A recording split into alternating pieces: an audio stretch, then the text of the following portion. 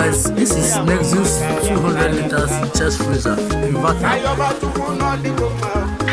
Come with me guys, let's open and see the inside. Here we have the 2 years warranty card, as you can see. This is the 2 years warranty. This is the inside, it's premium. High technological inverter chest freezer. Here is the hand, the key, and the manual. This is the key, the hand, here, the manual.